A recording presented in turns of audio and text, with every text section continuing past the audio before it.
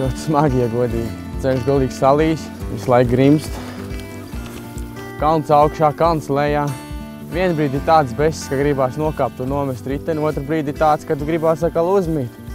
Tā kaut kā es esmu ticis līdz galam, nu vēl neesmu. Vēl pēdējie metri.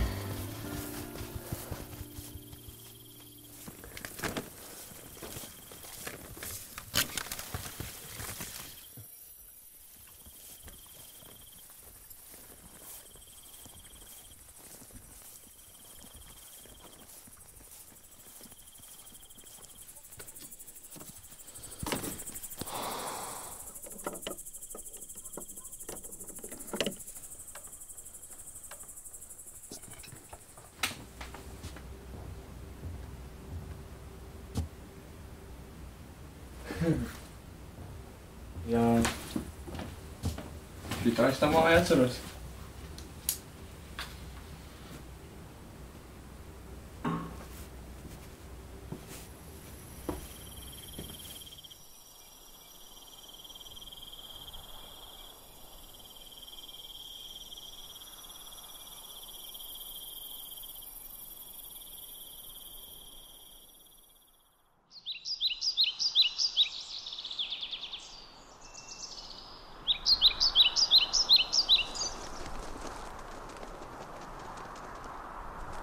Es varēju izšūt, adīt, art, pļaut, tagad vēl varu. Es pat varu paņemt, parādīt, kā pļaut vai izskaptīt parasto. Sava darba nežēlot. Pašam atdoties darbam ļoti. Nu, sirds darbs, nu kāds. Saku, kāds pagadās, visu, ko darīt. Nu, ka uzreiz es to nevaru paņemt. Nu, pa drusciņai kaut ko iesākt.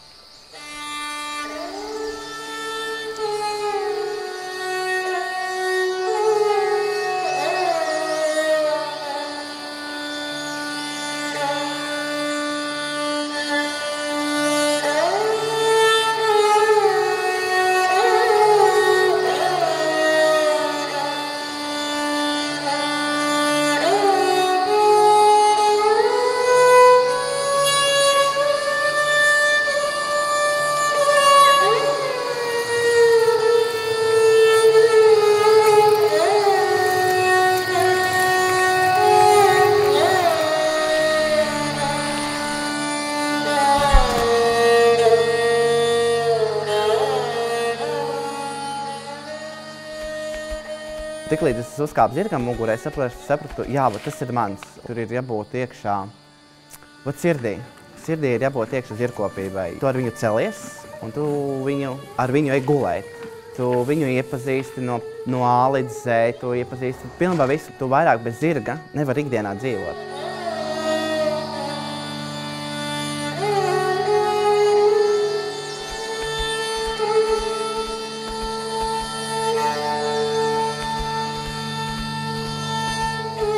Kad es atbraucu pirmo reizi, man bija tā, ka es braucot par mašīnu, man liekas, es vairāk skatījos pa logu laukā, nevis uz ceļa. Tur bija ļoti skaisti reliefs un tā tālāk. Un es iemīlējos. Es reāli iemīlējos tieši Latgalē.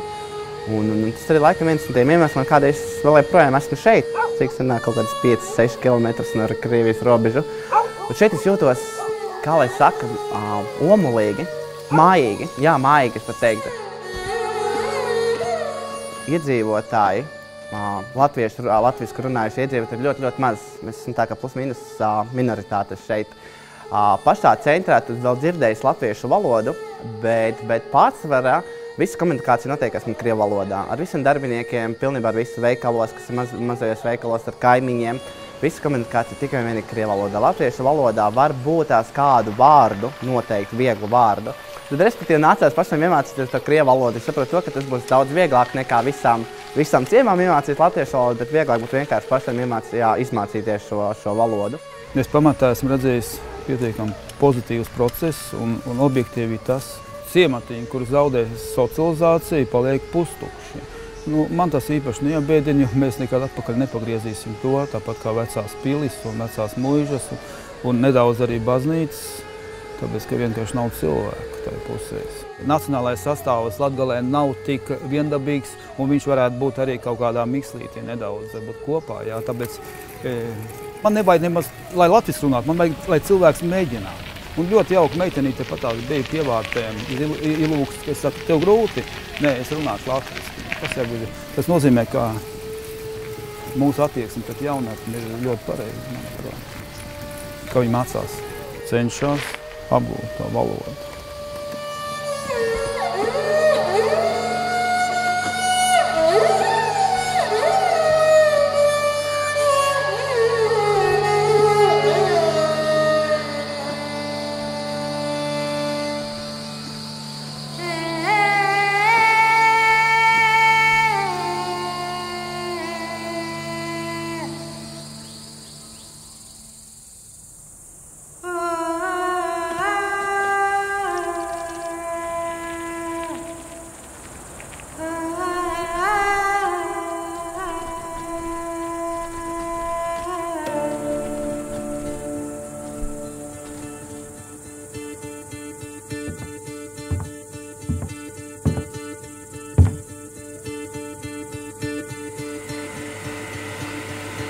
Особами серпешами до земли краклушиву, особами серпешами до земли краклушиву.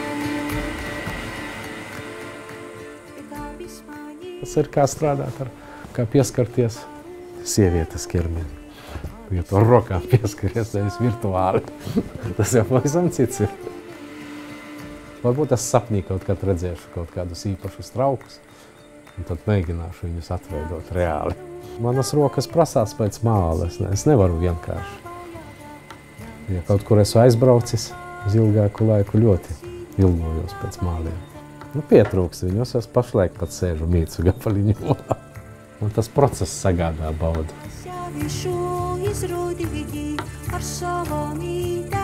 Es esmu Latgales podnieks. Es tomēr strādāju, vēl esmu palicis pie tām vecajām formām, ko mūsu senie meistari taisījuši. Pie tām glazūrām arī es ar glazūrām strādāju. Veidoju tos, kā saka, to Latgales keramiku. Mēs visi runājam te latgaliski. Savā starpā. Jā. Tas ir pats galvenais. Latgaliešu valodu mēs jau nekad neaizmirsīsim. Mūsu bērni arī runā latgaliski. Jā. Mēs esam izdzīvojuši jau cik gadsimtus, un es domāju, ka izdzīvosim. Galvenais dzīvos spars, dzīvos prieks, un tad viss būs, kā saka, viss būs labi. Prezidents vada valsti, tad virsētis vada kaut ko mazāku, piemēram, dotā mirklī amatnieki. Mums ir vēl viens virsētis, kurš nodarbojas ar kara lietām. Ja? Viņam ir apmēram 80 karavīru, kara draudze. Viņš ir karavīru virsētis, es amatnieku. Pamatā visa mana ekskursija balstās uz Latvijas dainām. Tur ir faktiski viss izstāstīts, ja? Un visas tās tradīcijas ir pieminētas. Latgalīcē mīto rūkā strašnoks nekā ķigrs kūkā. Latgalietis ar mietu rokā briesmīgāks par tīģeri kokā. Tas ir no tā, ka latgaliešiem viens no cīņas instrumentiem bija miets. Daži puiši māk ar mietu. Viņi griež riņķi apkārt sev, pasviež augšā 3 metru augstumā, noķer atkal. Un ar šitādu mietu, ja tu kārtīgi sev apkārt griez, ja, pamēģini ar kādu tādu zobentiņu tikt klāt. Un otrs izjauc pretinieka kaujas ierindu. Kaujas ierinda ļoti svarīga lieta. Ja. Un ar tādiem mietiem ej iekšā, tur vairs ne vairogi nekas nenoturēsies, viss pa gaisu aizies. Laukos dzīvojot, tev viss ir jāmāk, ja? Tu visu laiku atrodies nepārtrauktā darba procesā, lai varētu sevi apgādāt. Taču esi atkarīgs no laika apstākļiem. Pilsētā tev lietas līst vai nelīst, viņam vienalga. Ja? Tur tu saplūsti ar dabu. Tu nevari dzīvot nošķirti no dabas. Ja? Tev vajag ar viņu kopā dzīvot un mācēt ar viņu arī sadzīvot kopā ar to dabu. Ar tiem pašiem modiem, ar tiem pašiem dumduriem, ja? Un ar tām pašām puķiem. Tev vajag visu laiku mācēt atrast kompromisus starp dabas it kā slikto pusi, gan labo pusi. Tā ir interesanta dzīve.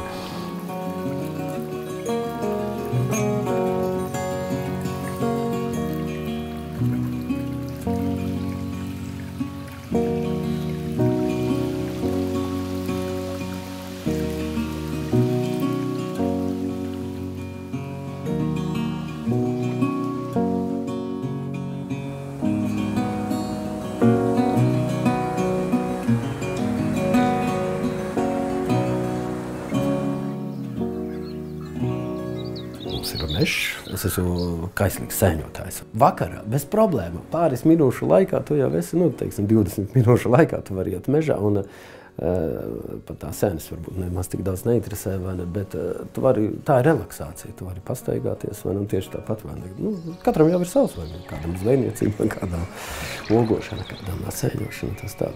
Un tas šeit ir, un šeit ir daudz maz dārziņu. Cilvēki godīgi joprojām konservē vai ne ziemai, vai ne produktus, vai ne kāds sīkums, ja? Bet es nerunāju šoreiz par ēšanu, ja? Bet es runāju par tādām lietām, kas kaut kādā veidā, nezinu, lielpilsētās tā nedara, vai ne? Tas arī ir tāds sava veida latvietiskums.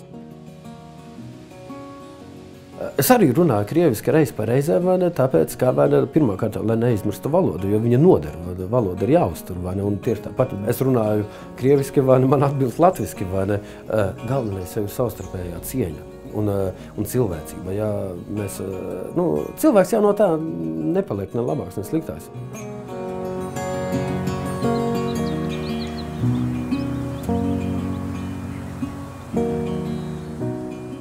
Brīžiem mēdzu pierakstīt savas domas dzejas rindās. Jā. Situācijas briest. Var gadu vai ne vispār tevi pat neviena doma neienāk prātā.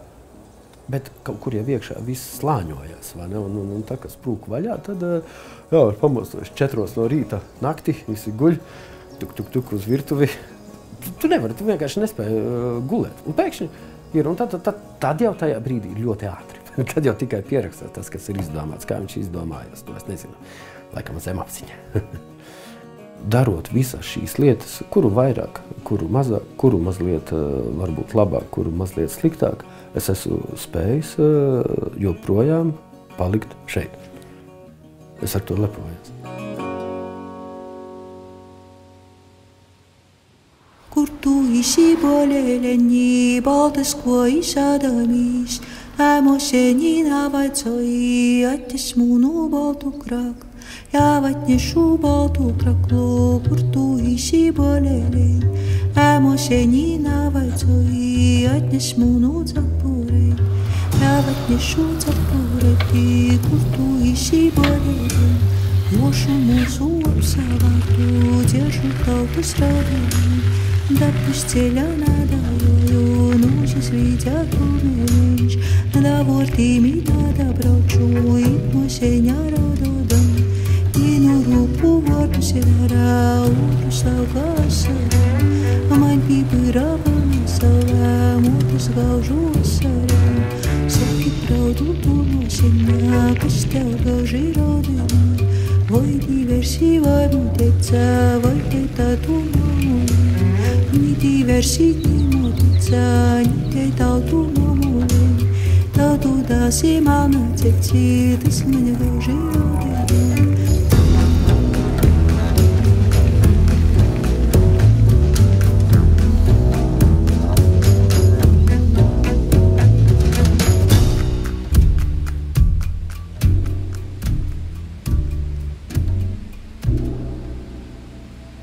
Latgalē savā ziņā ir kaut kāds varenums, manuprāt. Jo, atverot karti to pašu, tu vienkārši atver un tev žilpst acis, jo tur reāli ir visur ūdens, ezeri, upes, dīķi. Ceļš bija ļoti mīksts, tieši grants ceļš, un kalniņš uz augšu, kalniņš uz leju, un es tur ļoti mocījos. Un kalna romuļi ir 230 metru virs jūras līmeņa, un līdz ar to tas bija vēl, bet es tur nebraucu, es uzstūmu, es nevarēju vairāk. Tas tā kā katru dienu, tu reāli to pēdējo kilometru, 2 tu vienkārši jūti, ka tu tuņās būsi mājās, un ir tā labā sajūta. Un arī šeit tā bija. Un tas, ka tajā kalnā jāuzstum, tur jau bija jau apsavietis sevi, tu uzstums, kas tur 10 minūtes uzstumt, un tu jau varēji sakal atslābināties, to nebūs vairāk jāminās. Un tā ir katru dienu. Tas, ka tā māja ir kalna galā, un tas, ka tā ir kādreizējā Latgaļas āģis māja, un tas ir interesanti. Un ir prieks, ka var atbraukt, un tā māja vēl ar vienu ir, ka tu viņā var palikt, ka tu viņā var gulēt. Tur viss ir. Tā nav varbūt to, ko var manīt pa ceļam, kad ir mājas sabrukušas, pamestas, tad šī māja viņa tiek uzturēta, un tu vari tur vēl joprojām dzīvot. Ja tu reāli 15 dienas ceļā visu laiku līst, tad arī Latgalē visu laiku līj, principā. Un es nebiju tik tālu aizdomājies, ka tie zemes ceļi būs tādi, bet tie zemes ceļi bija drausmīgi. Ja tīpaši tajā vienā dienā, kad brauc un vienkārši tev nav kur braukt, viss ir dubļos, viss ir vienā trepē, bedrēs, slapš, un tu vienkārši nevar nekur pabraukt. Dažviet grims tā, ka netiek uz priekšu, jāstumj. Un tā, man liekas, es pat vienā dienā 60 km nobraucu pa tādu ceļu. Šeit bija pirmais tornis, kurā varēja uzkāpt, un tornis diezgan zīmīgā vietā pie 7 Daugavas lokiem. Ja uzkāpj augšā, var redzēt skatu uz 10 platu banknotu, kāds bija kādreiz zīmējums. Man laikam patīk vienam pašam, jo tad reāli nav ar vienu jārēķinās. Tu vari braukt tādā tempā, kā tu brauc, ja tev, piemēram, temps apnik, tu vari braukt lēnāk. Grūti gan spriest par to pašu Latgali kā kopumā, jo es jau braucu tikai gar robežu, principā, un es nebiju dziļāk Latgalē. Bet tas, ko es redzēju robežā, ir vietas, protams, kur ir ļoti skaisti skati. Tie paši lopi ganās, aitas ganās, ir skaistas debesis, bija patrāpījās tieši vienā dienā ar visiem tiem lopiem kopā. Un tas tā, uzreiz lika visu laiku visu dienu braukt ar muti vaļā. Pēc tam nākamajā dienā brauc un tur nebija nekā. Tas varbūt kaut kā nedaudz no reģioniem mainās, jā. Kad mēs tuvojāmies vairāk Krievijas robežai, tad nezinu, no kā tas tā ir sanācis, bet tai Krievijas robežai tūmā nebija tik ļoti labas apdzīvotas vietas, manuprāt, ko es redzēju, novēroju. Ir prieks, kad ir tādi cilvēki, kas darbojās, un Latgalē tādi īstenībā ir ļoti daudz, jo, lai viņi sabraukātu visus, manuprāt, tur ar 1 dienu, ar 2 dienām, varbūt ar nedēļu pat nepietiek, jo podnieki tiešām ir daudz Latgalē, un ir prieks, kad ir tāda vieta kā amatnieku centrs, Ludzā, kur tu vari to arī redzēt uz vietas. Prieks, un es pat klausoties šo podnieku, domāju, ka viņš tiešām tāds patriotisks, jo daudz cilvēku, kas vienkārši saka, ka tā latgaļu valoda jau ir pazudusi, un kad jaunieši nerunā, un ka nebūs cilvēki, kas runās viņā, un ka viņi ir kaut kā jāmēģina glābt. Skaidri un gaiši pateicis, latgaļu valoda nekad neizzudīs.